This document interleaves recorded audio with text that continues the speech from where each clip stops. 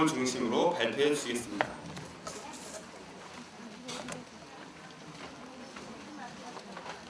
무대 위로 올라오니까 꼭 노래를 불러야 될 것 같은데 그게 아니고요. 그게 아니고 엄격결에 그 무대 매너로 가려다가 보니까 앞에 주교님 계셔가지고 반갑습니다. 저는 분당은 신정동 성당에서 사목하고 있고요. 정의평화위원회에서도 함께 사목하고 있습니다. 여러분하고 세상을 위한 복음이라는 제목으로 복음의 기쁨 갖고 계신 교황공고 복음의 기쁨 3장하고 4장에 관련된 내용인데요.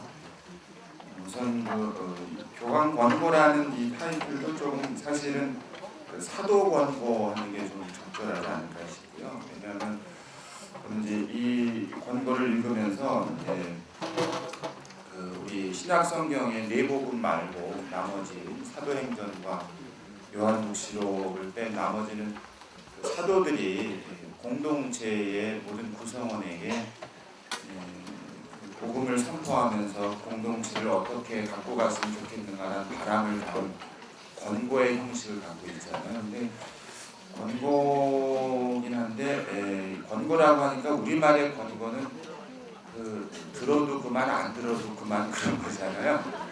그런 점에서 좀 걱정은 좀 됩니다만 그러나 성경 신약 성경 27권 가운데 많은 부분들이 사도들이 그 공동체의 그리스도 공동체가 어떤 모습이어야 되는 것을 진심으로 마음을 담아서 담은 그 권고문을 지금 2000년 동안 우리 그리스도 교회는 그 신앙과 생활과 또 교회 생활을 근거로 삼고 있는 점으로 보면 권고라는 것은 그냥 들어도 그만 안 들어도 그만 그런 것보다는 더 큰 무게가 있다고 생각을 합니다. 그리고 우리 경우는 이제 이 복음의 기쁨을 읽으면서 우리 이제 주교님께서는 이제 교종이라는 용어를 쓰시는데 적절하지 않을까 생각합니다. 한국 교회에서는 교황이라는 용어를 쓰니 황자라는 게 이게 좋게 말하면 이제 황이고 또 좀 하면 세된다 할 때도 황자 쓰지 않습니까? 생각하면은 이분이 우리 하느님 백성에서 함께 동고동락하는 여정을 가시는 분인데 까딱하면 이분을 우리가 세대에게 저분 잘 모르시나 본데 그런 말이 있어요. 세대다 그럴까봐 좀 걱정이 됩니다. 그래서 무엇보다도 이 복음의 기쁨을 한국 교회에서 새롭게 관심을 기울이는 게 한편으로는 슬픈 현실이기도 합니다. 왜냐하면 이 내용이 제가 이제 많이 읽어보고 여러 번 읽어보면서도 왜 이 복음의 기쁨이 전부는 아니겠습니다만 관심을 받을까. 이미 우리 가톨릭 교회는 참 오래전부터 그리고 더 결정적으로는 이제 교황 이분도 교회 헌장을 기초로 해서 이 이야기를 풀어가겠다고 분명히 밝혔다는 게 있는데 이 교회 헌장은 무려 50여 년 전에 있었던 2차 바티칸 공의회의 보편교회의 어떤 고백 아니었습니까? 그런데 그때까지 우리 한국교회 현실에서는 공의회가 아직 다른 자리에서는 상륙하지 않았다. 아직도 대서양인지 태평양인지 어디서 지금 기다리고 있다. 그런데 새삼스럽게 교황의 권고가 주목을 받는 게 한편으로는 한국교회의 현실을 반영하는 것 같아서 조금은 마음이 무겁습니다. 그래도 정리한 것을 여러분하고 함께 나누겠습니다. 여러분이 꼭 꼼꼼하게 좀 읽어보시면 제일 좋겠고요. 제가 정리한 것은 개인적으로 정리한 것이니까 이렇게 참고만 해주시면 좋겠습니다. 갖고 계신 자료집에 29쪽인데요. 중간중간에 살펴보면서 넘어가겠습니다. 저는 이 권고가 2차 바티칸 공의회의 정신하면 보통 쇄신과 적응 여러 가지로 설명할 수 있는데 정신을 회복하고 싶어 한다고 보고 있습니다. 그동안 우리에게는 공유의 문자, 이 정신하고 문자 사이는 이제 그 공유회가 65년에 끝나고 나서 이 공유회 정신을 어떻게 구체적으로 실현할 것인가에 관련해서 한편으로는 이 정신을 실현하자라는 쪽으로 가고 한편에서는 이제 이미 16개 문헌으로 확정된 것으로 이제 공유회는 끝났고 하는 데서 이 정신과 문자 사이라는 보통 이제 스피릿하고 레터 사이의 논쟁이 우리 보편교회 안에서는 상당히 치열했었는데 물론 한국교회는 소개되지 않았습니다. 그런데 이 권고는 제 개인적인 생각으로는 그동안 정신을 문자화하는 과정에서 이제 이 프란치스코 교종은 다시 정신을 회복하고 싶어한다고 나름대로 보았는데요. 공회가 폐막된 지 거의 반세기가 다 돼가는 오늘날 한국 천주교에서 어쩌면 일부일 수도 있겠지만 이 교황의 권고에 지대한 관심을 기울인 것은 무엇을 의미하고 있는가? 그동안 한국 교회의 게으름 혹은 이제 이 권고의 앞부분에 많이 교회 쇄신을 이야기하면서 등장한 것이 이제 안주하는 교회, 길 떠나는 교회 둘을 이렇게 대조하지 않습니까? 그렇게 보면 우리는 여태까지 안주한 것이 아닌지 혹시 점잖게 표현하면은 이 권고의 표현대로 하면 열정과 생명력을 상실한 것은 아닌지 그 뒷부분에 가면은 교회가 서서히 이제 스태그네이션은 비틀거리면서 이렇게 쓰러져 가고 있는데 수수방관하는 그런 모습은 아닌지 살펴보게 됩니다. 그래서 이제야 각성을 계기로 삼고자 한다. 혹은 2차 바티칸 공유회 때 우리가 그러했듯이 또 권고가 언급했듯이 전문가가 세운 계획에 대해 수동적인 수용에 불과한 것은 아닐까. 앞으로 우리 교회, 한국 천주교회 생활을 보면 알 수 있을 것입니다. 근데 불안함이 없는 것은 아닙니다. 예를 들면 프란치스코 교황이 얼마 전에 작년 12월 26일 날 이미 발표한 사순절 메시지인데요. A4로 약 한 10포인트로 해서 160%로 번역을 하면 한 4쪽 정도가 됩니다. 거짓말 안 하고 이렇게 장난 안 치고요. 완전하게 4쪽이니까 상당히 빽빽한데 어느 교구에서는 이것을 이제 발췌해서 실었는데 그 안에 그 사순시기에 교황이 강조한 것은 그 자기 부정. 자기 부정은 불가피하게 고통을 수반하고 고통을 겪으면서라도 오늘의 우리의 모습을 다시 되살려보자라고 하면서 그때 물질적 가난, 도덕적 가난, 영적 가난을 소개를 하는데요.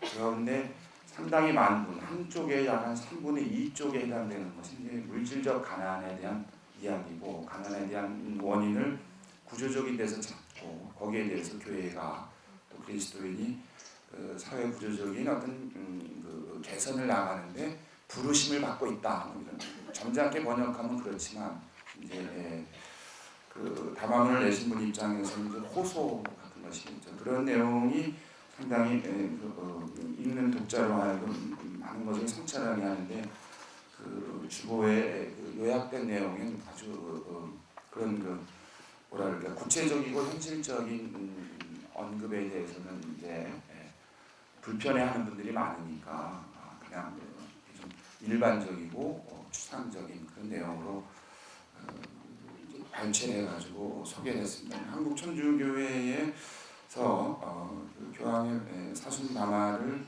무겁게 받아들인다면은 어쩌면 이 사순식이 오늘 우리가 지내고 있습니다만 자기 부정이라는 게 무슨 정신분열을 말하는 건 아니고요.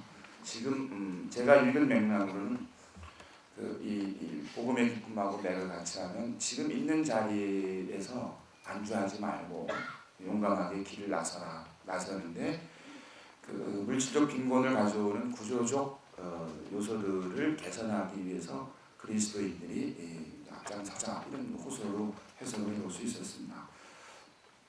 아마도 공의회에서 그 전환, 이제 우리 종교 용어로는 이제 회개인데 이 교정은 이 전환이라는 용어를 단순한 종교적 뉘앙스로만 쓰는 것 같지는 않습니다. 물론 아주 기본적으로 그렇지만 우리가 회개라고 말하는 우리 한국 교회에서는 이제 한 4초 만에 이 마음의 회개로 넘어가고 마음의 회개로 넘어가다 보니까 회개하지 않을 자가 없다 보니까 모두가 다 죄인이니까 그냥 그 쌤쌤이니까 제일 좋잖아요.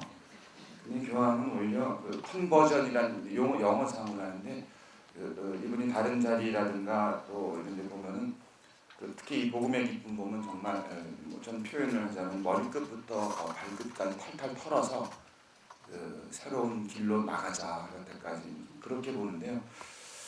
공의회에서 이런 그 전환을 꾀한 분야를 꼽으라면 교회론이라고 보는데요. 권고는 공의회 교회 헌장과 사목 헌장을 통해서 보편교회가 고백한 교회론.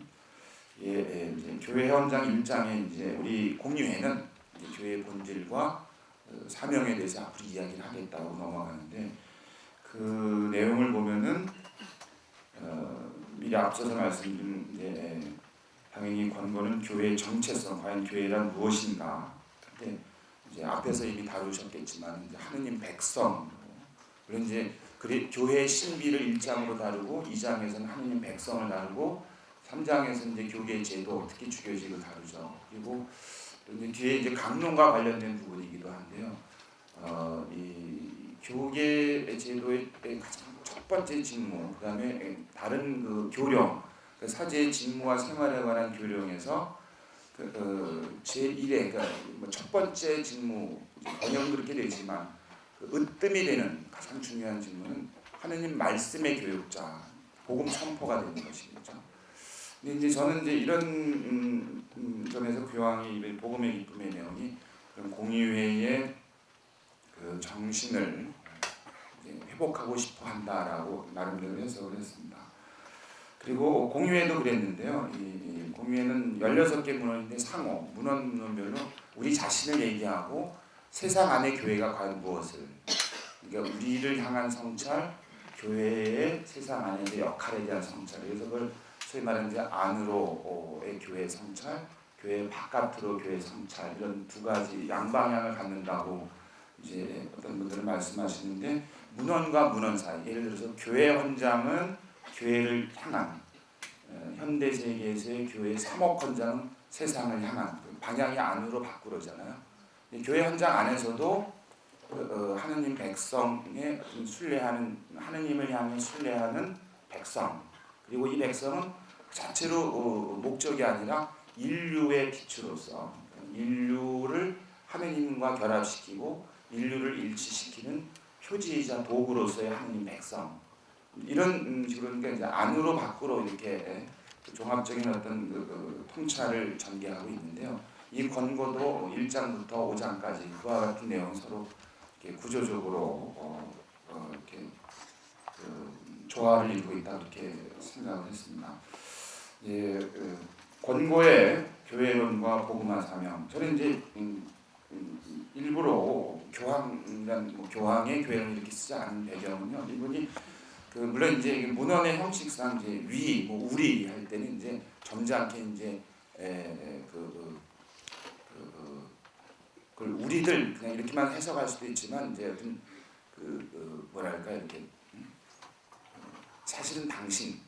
근데 이 안에 보면 중간 중간에 그 주어가 아이로 바뀌는 데가 있는데요. 그 표현들이 상당히 인격적이에요. 저는 정말 이런 걸 꿈꿉니다. 뭐 이런 식으로. 저는 이런 걸 희망합니다. 할 때는 그 주어가 아이로 바뀌기 때문에, 그래서 차라리 그냥 이 권고는 우리 모두가 함께 나누고 싶은 한 교회의 사람의 간절한 바람이다, 이렇게 해석해서 더욱더 인간적이고 호소력 있는 권고라고 생각을 했습니다. 그래서 그냥 교황의 교회론보다는 이 권고가 담고 있는 교회론, 이렇게 설명을 했습니다.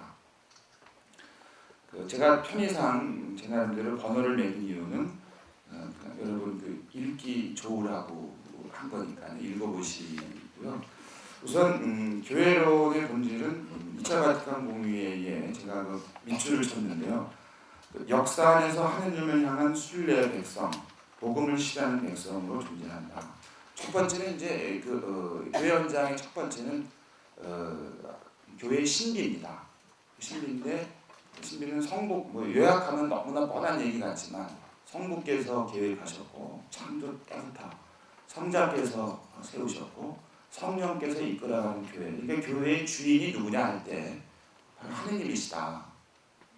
근데 하느님이 교회를 당신의 어떤 그 도구로, 제가 좀 이따가 말씀드리겠습니다만, 이제 여기에서는 이제 선교란 용어를 미션을 선교로 하는데, 한국 교회에서는 선교하는 말을 쓰는 순간에 오랜 동안 익숙했던 그거죠. 그러니까 이제 소위 말하는 이제 임플란트라고 하잖아요. 여러분 그 돈 많은 분들이 임플란트 하시잖아요. 약간 유머였는데 너무 진짜. 그러니까 그 다른 일 갖다 심는 임플란트 하는 거죠. 근데 오랫동안 그렇게 우리 한국 교회는 익숙해 왔지만, 우리 보편교회에서는 특히 이제 그 세계 제2차 세대전이 끝나고 수많은 민족이 해방, 독립을 취한 다음에 동서와 남북의 이런 그 긴장 또는 그 불균형을 성찰하면서 그 원인 가운데 하나로 말하자면 그 식민지배, 오랜 식민지배를 얘기를 하거든요. 우리는 식민지배하고 또 우리가 좀 외면해서는 안 될 것은 이제 교회 확장하고도 또 맥을 같이 하고, 그런 다음에 그것에 대한 성찰을 바탕으로 해서 이 선교라는 언어를 좀 다른 뉘앙스로 쓰죠. 선교를 이제 복음화라는 용어를 더 많이 쓰게 되고, 또 복음화가 또 오해가 되고 잘 받아들이지 않으니까 이제 새로운 복음화로까지 나가는데, 아마 이제 좀 지나면 이제 또 더 새로운 복음화가 될 수도 있습니다. 무슨 얘기냐면요, 우리 한국 교회에서 선교는 다른 벌써 말씀드리지만 신자 늘리기로 해석이 됩니다.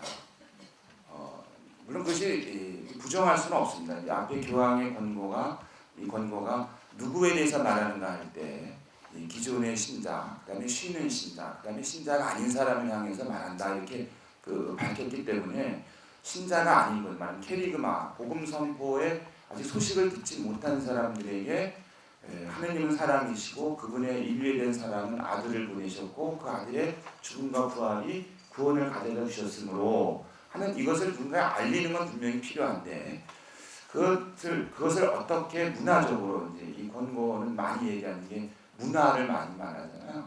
그 문화 안에 사람은 문화 안에 살기도 하고, 문화를 계승하기도 하고, 문화를 만들기도 하고, 문화의 아들이기도 하고 아버지이기도 하고, 그런 유명한 표현도 인용하시잖아요.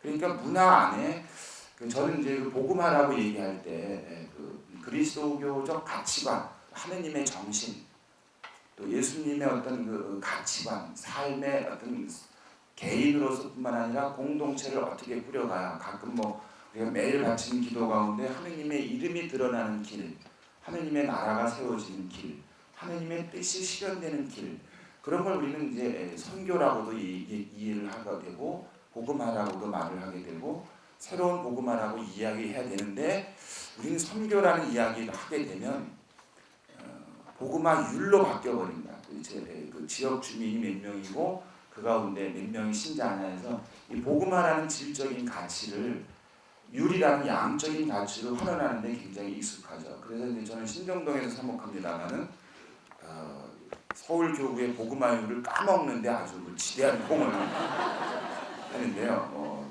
여담입니다만 우리 여기 스님들도 많이 계시고 하지만, 한국 천주교회의 이 양적 가치인 복음화와 질적인 복음화율의 어떤 저거는 정확하게 땅값에 비례합니다. 교구와 교구 사이가 그렇고요. 그 다음에 같은 교구 내에 지역과 지역 사이가 그렇고요. 서울교구도 25개 자치구가 있는데요. 18개 지구가 있죠.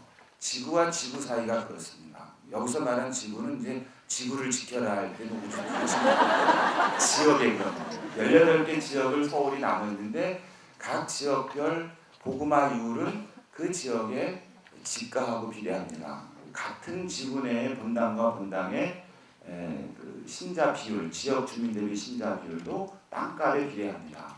제가 양천에 살고 신정동을 관할구역을 하는데 5%입니다. 5%요. 그 앞에 양천성당, 목동성당, 모구동성당이 있는데요. 25% 육박합니다.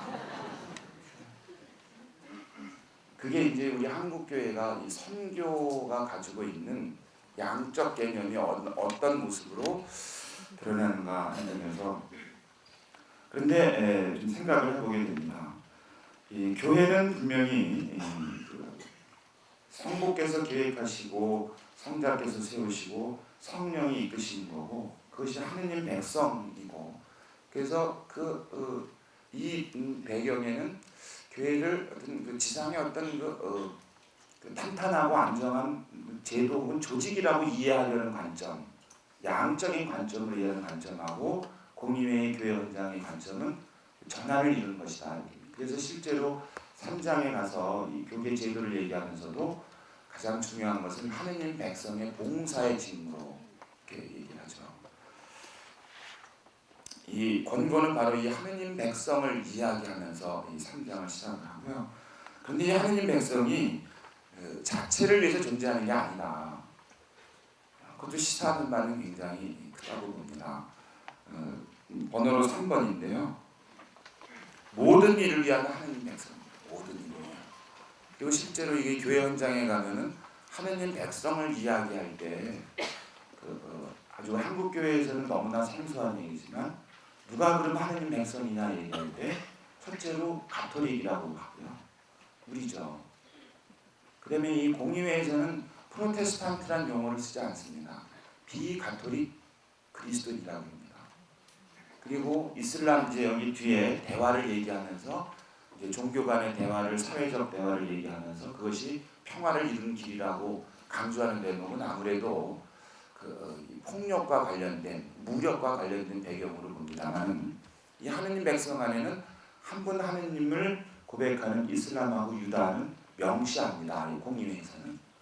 그리고 다른 종교적 전통까지도 얘기를 하고, 더 나아가서는 사회, 올바른 사회 질서, 윤리 질서를 갖고 있는, 아마 이제 논란의 배경에는 이게 종교냐 아니냐 할 정도의 논란이 되는 유교를 지칭하는 게 아니냐고 이제 해석을 합니다. 그리고 더 나아가서 이제 바오로 6세 교황은 뒤에 선의의 모든 사람까지 하느님 백성이라는 카테고리 안에 담는데, 이 모든 분들이 인류를 하느님께로 모셔가는 그런 도구다 하는 겁니다.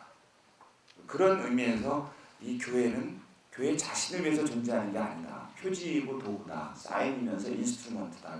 하느님과 인류를 결합시키고 인류를 일치시키는 사인이자 도구이다라는 점에서 모든 일을 위한 하느님 백성이라는 이 권고의 내용은 2차 바티칸 공의회의 교회론을, 특히 교회 원장의 1, 2, 3장 내용을 충실히 반영하는, 그리고 많은 얼굴 다양성을 갖고 있는 하나의 백성으로서 교회의 이 부분은요, 문화 얘기를 많이 하는데요.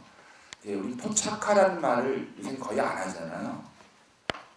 이제 좀 지나간 거죠. 신학의 영역 안에서도 지나가고, 그런데 교황은 이 문화에 관한 이야기, 다양한 민족이, 다양한 피플이 있고, 각 피플은 고유의 문화를 가지고 있고, 그 문화는 복음을 받아들이고 복음을 표현하고, 말하자면 그리스도교적 정신을 받아들이는 양식, 그리스도교 정신을 표현하는 고유한 양식을 갖고 있는 거다.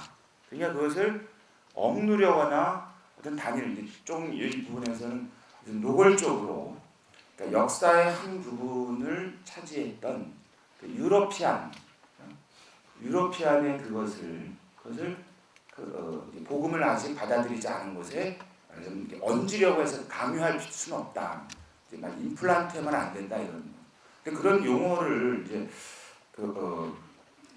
교황의 권고에서 좀 나중에 제가 정신이 없으면 또 까먹을 테니까 미리 말씀드리면, 어떤 영역에 가서는 아주 그래서 이제 경제 분야한테 나중에 얘기하지만, 제 이런 얘기가 듣기 불편한 사람들이 있을 수 있다.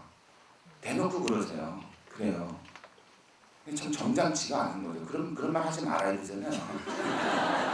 듣기에 불편할 정도 얘기는 잘 피해가야 되는데 안 그랬어요. 그럼 이제 예를 들어서 그 교회의 어떤 전례든지 관습이든지 아무리 그 아름답고 전통이 훌륭한 걸 하더라도 그것이 복음화에 말해서 그리스도교적 메시지를 전달하는데 이게 유용하지 않으면 과감하게 내려놔야겠다. 이 도구이기 때문에 그런 거예요. 도구와 목적을 좀 분명히 하는 태도는 처음부터 끝까지 변함이 없는 것 같습니다. 그러다 보니까 그러니까 유러피안 모델이라고 아무리 해도 그것을 새로운 문화에 포착하는데 그것을 만약에 이게 적절하면 받아들이는 거지만 그것이 적절하지 않다고 여긴다면 받아들일 필요가 없다. 그러니까 유러피안 모델에 익숙한 분들 입장에서는 상당히 듣기에 불편할 수도 있을 겁니다. 그런 다양성 얘기하는 것이고요. 그 다음에 7항이 하느님 백성 모두는 복음화 사명을 수행하는 제자들이다. 이 사명을 제가 이제 해놓고 밑에다가 조그만 글씨로 한 이유는 여기 계신 분들이 연배들이 있으니까 안 보일까봐 이걸 작게 한 겁니다. 일선 상업 현장에서 체험하는 우리 현실은 선교라는 용어가 거의 일반적으로 신자 만들기 정도로만 사용된다. 권고가 사용하는 미셔너리는 예수님께서 주신 사명으로 이중의 의미를 갖습니다. 세례를 포함해서 복음화, 세례 받게 하는 거죠. 그러니까 성부와 성자, 성령의 이름으로 세례를 주고 내가 그 명령한 가르치고 명령한 것을 다 지키게 해라 하는 거 그겁니다. 그분께서 그 의도한 것을 지키게 하는 거. 그러니까 복음화라는 말을 쓸 때요. 복음은 기쁜 소식이잖아요.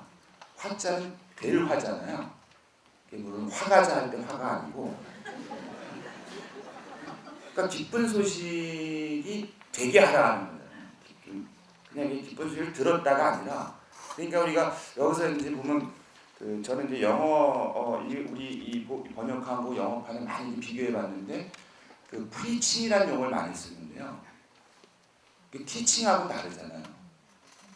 티칭은 모르겠습니다. 저는 이제 언어학자가 아니고 티칭은 그냥 아는 걸 가르치는 건데 프리칭은 예수님이 가르치셨다 할 때 가르쳤다는 거는 그분이 무슨 심오한 지식을 이 사람들한테 전달했다. 그리고 당신이 가르친 바가 당신이 말씀하신 바가 현실이 되는 거. 가난한 사람은 행복하다고 말을 했는데 그분은 정말 가난한 사람을 행복하게 만드신 거예요. 그러니까 일으켜 세우시잖아요. 그런 의미의 그 미션. 근데 우리는 그래서 미션 또는 미셔너리 디사이플 뒤에는 그 미셔너리가 따로 있고 그다음에 디사이플 제자가 따로 있습니다가 아니라 미셔너리 디사이플이다. 그러니까 사명을 수행하는 그리고 이것은 너무나 당연한 일입니다.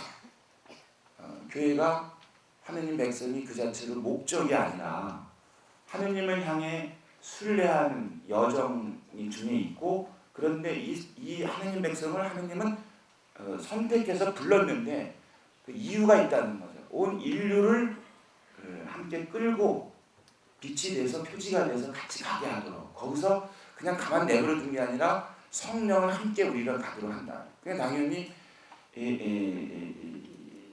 사명이라고 하는 게 선교라고 하면은 우리 한국의 우리 현실에서는 널리 알리는 정도로 이렇게 알려가지고 이제 성당 오세요. 그럼 좋죠. 왜냐하면 교무금 증가, 헌금 증가니까. 저는 이제 우스갯소리로 이제 이렇게 꽉 차면은 이제 여름 되고 겨울 되고 막 난방하고 덥고 막 그런 막 짜증 내세요. 그럼 제일 좋은 방법은 안 오시고 아니면 10명을 써라면 5명만 헐렁하면 좀 이게 바람이 이게 통하잖아요. 그러니까 안 오신 분들은 그래도 미안하니까 그러면 인편에 교무금하고 헌금을 보내주시고 그걸로 뭐 이게 서로 까주면 서로 좋잖아요. 근데 그러면 안 되죠. 물론 이 사명은 우리가 정한 게 아니에요. 그래서 이제 용어에 보면 영어로 에이전트라는 말을 써요. 물론 이제 서브젝티비티, 주체라는 말을 쓰지만 요원이다. 그러니까 뭔가 임무를 받아가지고 수행하는 존재지. 우리가 자의적으로든 뭘 판단해가지고 우리 한 그런 게 아니에요. 그런 점에서 상당히 수동적인 존재죠. 누구에게? 하느님에게, 성령에게, 교회에게, 교회 자체는 수동적이다. 그러니까 그 사명을 받은 거죠. 받은 임무를 수행하는 존재다. 철저하게 도구적 존재.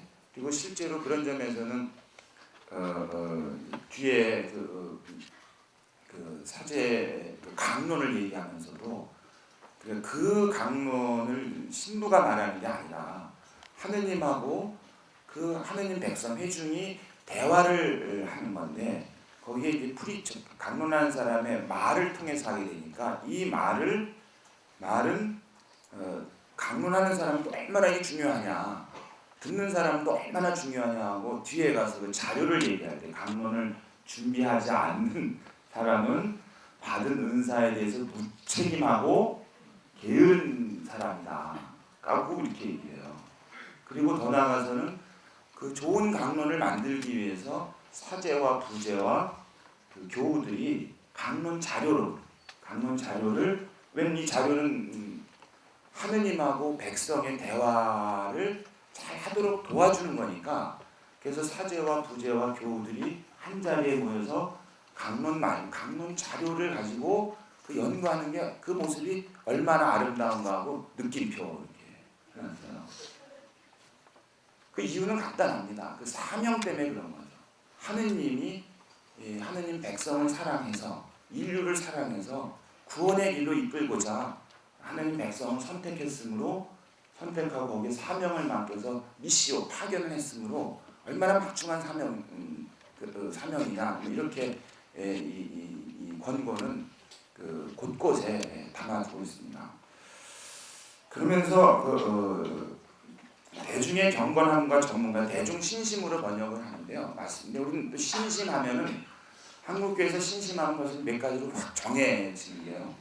성당에서 하게 되는 뭐 성모 신심, 그다음에 그 성체 신심 이렇게 그 제한을 시키는데 이 권고가 말하는 대중의 신심은 앞에 나오는 문화랑 연결을 해가지고 그보다 범위가 훨씬 큰 겁니다. 어떻게 보면 그냥 보통의 사람들의 그 마음 정도로 해석해 볼 수도 있을 것 같습니다. 넓게는요. 그런데 제가 주목한 것은 10항인데요. 9항을 보겠습니다. 여기서 권고는 대중의 신심의 중요성을 찾으며 이를 지속적으로 발전하는 과정, 복음을 수행하는 힘, 끝없는 토착화 과정, 토착화된 복음의 결실, 기층민의 문화의 육화한 영성, 대중의 특별히 가난한 사람들의 경건함에 현존하는 신적 생명, 신학의 자리로 자리매김시키며 그 으뜸 자기는 성령이시라고 밝힌다 하면서 이것을 말하자면 우리가 억누르거나 해서는 안 된다. 근데 이제 10번에서 주목할 것은 명시적인 건 아닙니다만 전문가와 대중 사이의 대존 이 권고를 이렇게 쭉 보시면 이렇게 칭찬을 막 하고 대상을 향해서 말이죠. 대상을 향해서 말할 때 이 대중과 관련돼서는 아주 한없는 무한한 따뜻한 그 아버지의 시선, 이제 대중의 신심을 얘기하면서 그것을 바라볼 때는 하느님 아버지의 따뜻한 시선, 애정이 사랑에서 동시에 나오는 애정의 눈으로 봐야 됩니다. 라고 하는 내용인데 그 부분에 대해서는 이렇게 무한한 그 따뜻함을 보이면서도 그 강론을 준비하지 않는 자라든지 그런 그냥 이렇게 막 무슨 화가 난 분 같아요. 그러진 않게 표정이 웃고 있는 거 보니까 화가 안 나는 것 같아요. 즉 상징과 추론적인 설명 사이에 대중은 상징으로 소통을 바로 한다. 근데 이 전문가들은 추론적인 설명, 학적인 설명을 해요. 또 하느님을 믿는 것, 그러니까 하느님을 믿는 것과 하느님의 존재를 믿는 것 사이. 우리 일선 사목 현장에서 많이 하는 게 하느님의 존재를 증명해 달라는 거 아닙니까? 그럼 우리 신학교에서 읽은 토마스 아퀴나스의 신존재 5가지 이걸 쭉 해놓고 나면 무슨 말인가 하고 넘어가죠. 근데 대중은 그냥 하느님 자체를 믿는, 하느님이 있느냐 없느냐가 아니라, 그러면서 예를 든 게 어머니를 들죠. 그 어머니가 아들이 아프고 딸이 아프고 자식이 아플 때 그냥 무한히 집 앞에 있는 보상을 바라보고 바라만 보고 있는 어머니의 마음, 또는 잘 모르지만 학술적인 내용들 잘 모르지만 그 로사리오를 들고 밤이나 낮이나 기도하는 어머니의 마음, 그걸 어떻게 우리가 찬양이라고 말할 수 있겠습니까? 이런 적입니다. 이런 것을 논리적이고 추론적인 설명이라든지 전문가들의 어떤 스페셜한 프로페셔널한 이런 거라든지 이런 것으로 그것을 이렇게 가벼이 여기지 말아달라. 오히려 그리고 더 나아가서 그것을 신학의 자리, 신학의 출발점에 된다. 이제 그것은 20세기 들어서 신학은 또 다른 이름의 인간학이다. 하느님에 대해서 막 말하는 거 중요하지만 육화한 하느님, 우리가 똑같은 인간이신 예수님이 살았던 세상에 사는 삶의 자리에서 하느님의 모습을 보자. 그래서 신학은 또 다른 인간학이어야 한다라고 했던 맥을 같이 한다고. 시간이 좀 너무 적어놨으면 좀 읽어보시고요. 읽으실 줄 알죠? 제가 이제 그 강론 준비하는 걸 아까 잠깐 말씀드렸는데요. 아까 이제 16항인데요. 강론의 중요성은 자연스럽게 그 준비, 특히 양질의 시간을 연구, 뒤에 이제 진리에 대한 존중, 이제 강론 준비라는데 그 소제목입니다. 그다음에 기도, 말씀의 인격화, 퍼스널라이즈 이렇게 했는데요. 성찰, 여기서 특별히 이분은 이제 영적 독서, 백성의 말을 들음, 그다음에 서목의 창의성, 강론의 자원, 강론의 방법, 개발에 바칠 것을 양질의 많은 시간을 요구하는, 특히 다른 중요한 활동의 시간을 덜 할애해서라도, 그것은 아까 말씀드린 것처럼 교회가 특히 강론을 하는 사람은 말씀의 교육자다. 성사의 관리자, 교회 운영의 어떤 책임자이기 이전에 이미 하느님 말씀의 교육자들이다. 그리고 그것을 위해서 프리처가 양질의 많은 시간을 하는 것은 당연하다. 그래서 찔렸습니다. 굉장히 찔려서 이걸 소개하지 않으려고 하는데 그리고 캐리그마 복음화 이제 이 대목은 복음의 기쁨 4장, 이게 복음화의 사회 차원 해설인데요. 이 권고는 분명히 이건 사회 회칙이 아니다. 하지만 시대의 징표로 이분은 2개 정도를 꼽습니다. 하나는 사회적 약자의 사회 통합 문제와 대화를 통한 평화 구축 문제로 저는 보았습니다. 그런데 그 2가지는 특별히 그 사회적 약자의 사회 통합 문제에서는 우리 사회교리의 맥을 충분히 이어가면서 눈에 제가 나름대로 띈 것은 그것을 빈곤의 문제를 원인을 아주 강하게 명시적으로 예를 들면 지금의 경제는 이 사회적 약자를, 특히 물질적 빈곤을 양산하는 것을 해결할 수 없다 라고 대놓고 말하고 합니다. 이 복음의 권고에서는 약간 하지만 다른 자리에서는 그걸 말하면 이제 그 신자유주의적 자본주의라고 명칭을 하는 그런 용어는 쓰지 않지만 지금의 경제 모델로는 이렇게 양산되는 물질적 빈곤의 문제를 해결할 수 없으니, 그리고 보이지 않는 손이라는 이것이 이제 시장을 움직인다는 것이 더 이상 입증되지 않았다. 이런 발언들은 그 간추린 사회교육이나 이런 데서도 하지 않았던 내용입니다. 상당히 구체적인 진단이죠.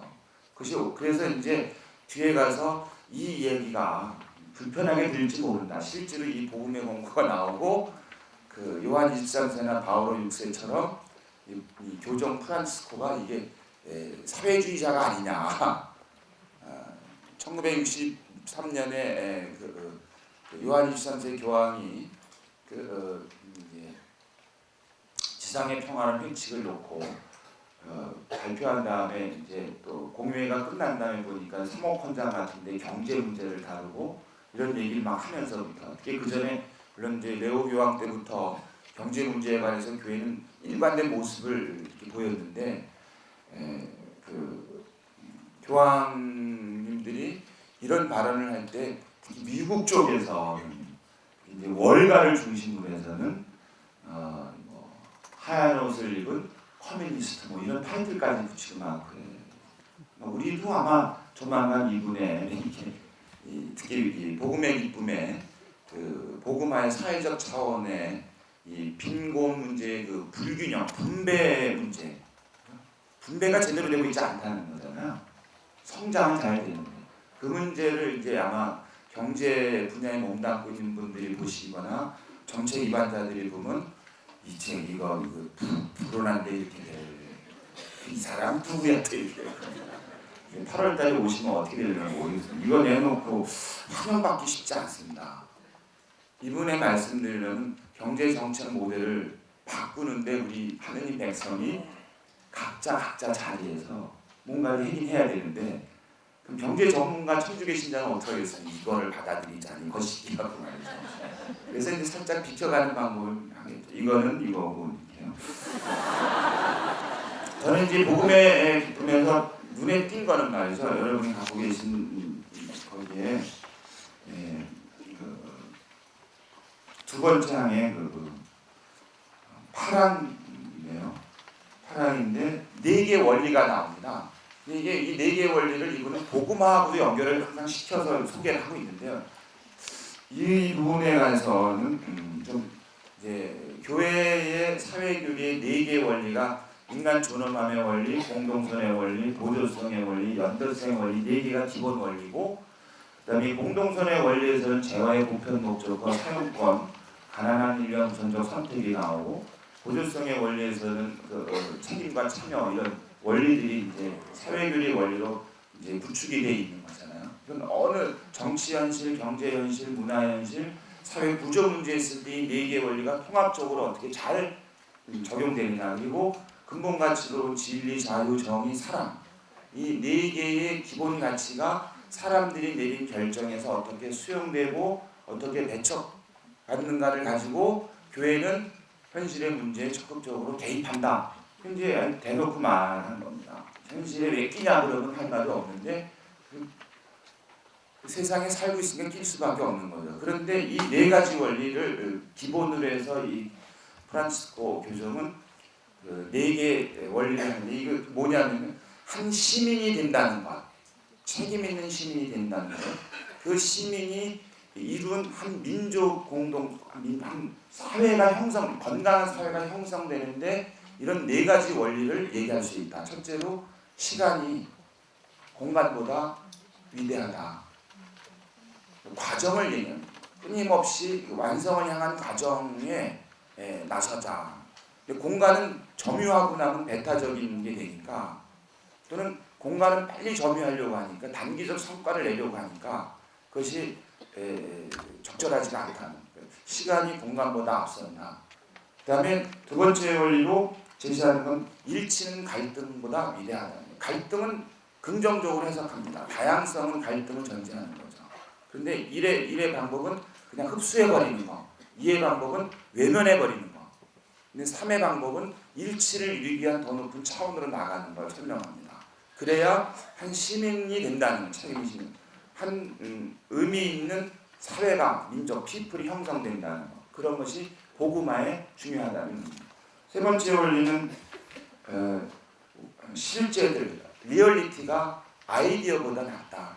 그게 이제 앞에서 말한 대중의 신진과 프로페셔널 이야기도 같은 맥을 같이 하는 것 같다고 해석을 하고, 그러니까 실제 리얼리티를 그 말씀을 이게 말하자면 이게 이념이고 관념이라고 만들어 놓을 수 있지만 이거 얼마나 실현하느냐, 실제로 그것을 일어나느냐 이런 거죠.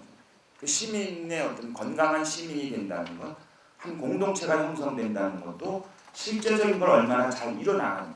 그러니까 그리고 이 얘기를 하죠. 신학하고 교회가 그 탁상에서 이렇게 하면 곤란하다는 얘기, 고구마랑 다른 얘기하죠. 그리고 마지막 원리로 그 전체가 부모보다 위대하다. 여기서 이제 어떤 그 격려도 들어가죠.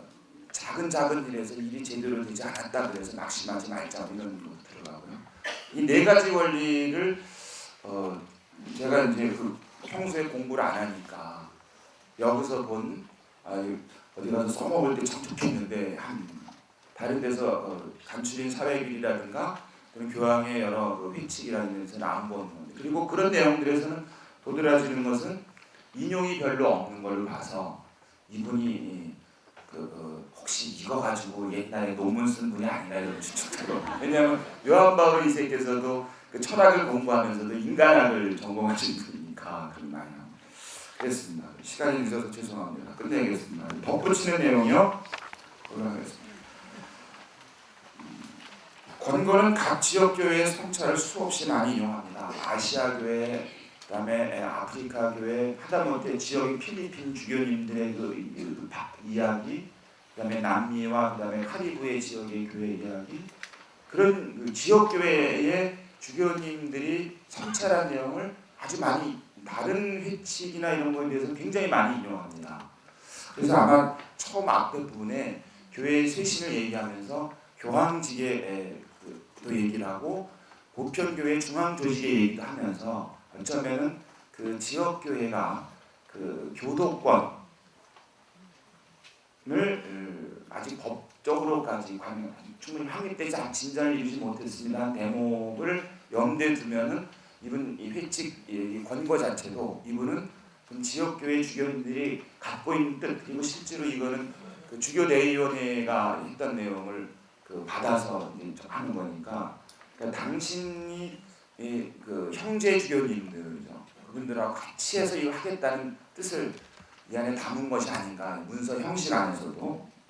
그리고 두 번째 눈에 두드러진 것은 성령의 활동에 대한 권고시입니다. 사실 2차 바티칸 공예가 끝나고 일부에서는 하느님도 계시고 성자 예수님도 계신데 성령께서는 이제 어디 가시고 교회만 남았다 뭐 이런 얘기를 은근히 했었습니다. 제가 이제 여기저기 책을 막 보니까, 근데 이 권고에서는 성령에 대한 신뢰, 교회조차도 그리고 성령께서는 어떻게 움직이시는지 이런 것 무한한 신뢰를 보내고 있다는 점에서 의미가 컸습니다. 강론과 관련해서는 현대 세계 상황에서 사제들의 설교는 흔히 매우 어려운 일이어서 듣는 사람들이 마음을 더욱 적절하게 움직이려면 하느님의 말씀을 일반적으로나 추상적으로만 설명할 것이 아니라 복음의 영원한 진리를 구체적인 생활 환경에 적응시켜 설명해야 한다. 사제의 직무와 생활에 관한 규정 사항의 내용을 인용한 건데요.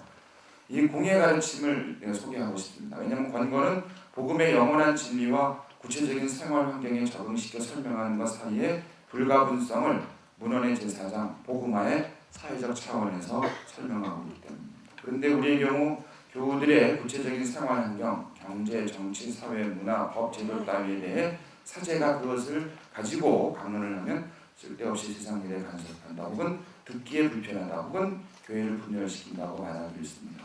또 사제들도 그 같은 불만이나 비난을 피하기 위해서 혹은 자발적으로 교우들의 현실을 외면함으로써 무난한 일반적으로나 추상적으로 강론을 합니다. 그러는 사이 권고가 걱정한 것처럼 교회가 서서히 활력을 잃어가고 있는데 방관자가 된 것은 아니기 때문입니다. 신학에 대해서도 성찰합니다.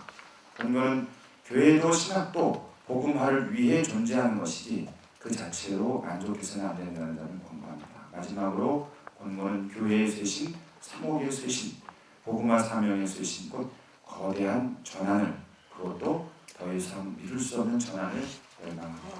이어서 주십니다.